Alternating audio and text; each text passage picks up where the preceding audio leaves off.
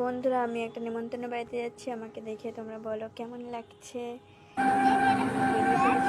ফরিদপুর জমলাদহ মন্দির, তারপরে আমরা যাচ্ছি মুরুকিয়া বালিয়া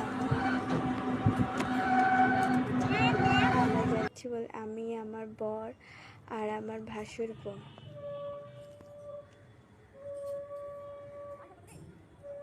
আমরা পৌঁছে গেছি। চারিদিকে বাজার, এই দেখো এখানে শাখা তৈরি হচ্ছে। এই পাড়াটার প্রত্যেকটা বাড়িতে শাখা তৈরি হয়। আমরা পৌঁছে গেছি তাদের গেটের সামনে।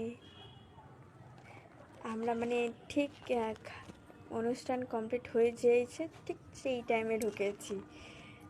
মনে উঠতেই যাচ্ছিলো, তখন আমার মেজো যা বললো তুমি একটু খাইয়ে দাও। আমি খাওয়া দেওয়ার আগে একটু ভিডিও শ্যুট করে নিলাম।